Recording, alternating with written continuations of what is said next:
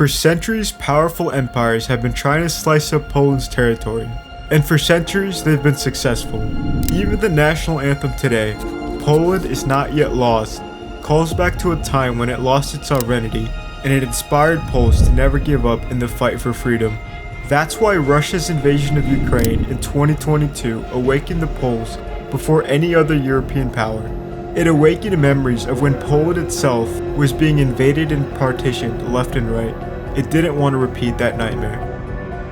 To truly understand the Poland of today, we have to take a quick look at its history and how foreign invasions have shaped its identity. In the late medieval era, it was the Teutonic Knights.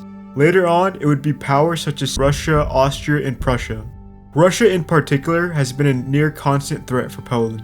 These powers preyed on Poland's internal instability and seized territory whenever they could.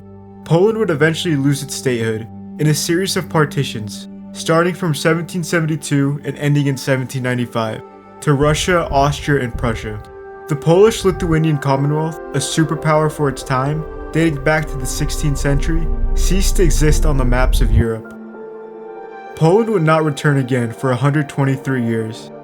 And when it did, in the aftermath of World War I, it would only take 21 years for it to be again invaded by Germany and the Soviet Union, partitioned once again by more powerful, world-conquering empires.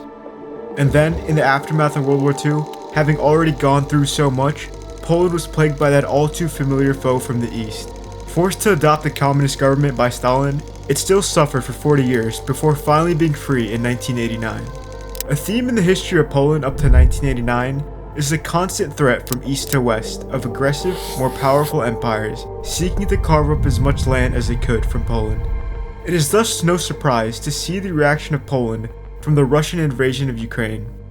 It is something it is all too familiar with, and for that reason, it has awoken before any other European power to that threat. Po Buczy, Borodjance, po Mariupolu nie może być powrotu do business as usual z Rosją. Poland has thus taken all sorts of measures to deal with the resurrected Russian threat. From trying to achieve full energy independence, modernizing its armed forces, including bolstering its cyber defenses, to reinforcing its deterrence capabilities. Poland has become a bulwark of European security. To make all of this happen, it now spends 4% of its GDP on its military, which is twice the benchmark for NATO countries. Poland also seeks to double the size of its army to 300,000, and economically, it will be wealthier than Great Britain by 2030.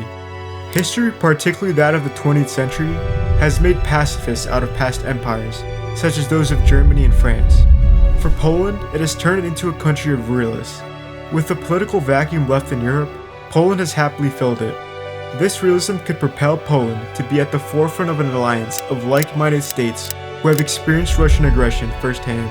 With all the right things going for it, Poland seems poised to become the paramount power in Europe, leading the way against the Russian threat.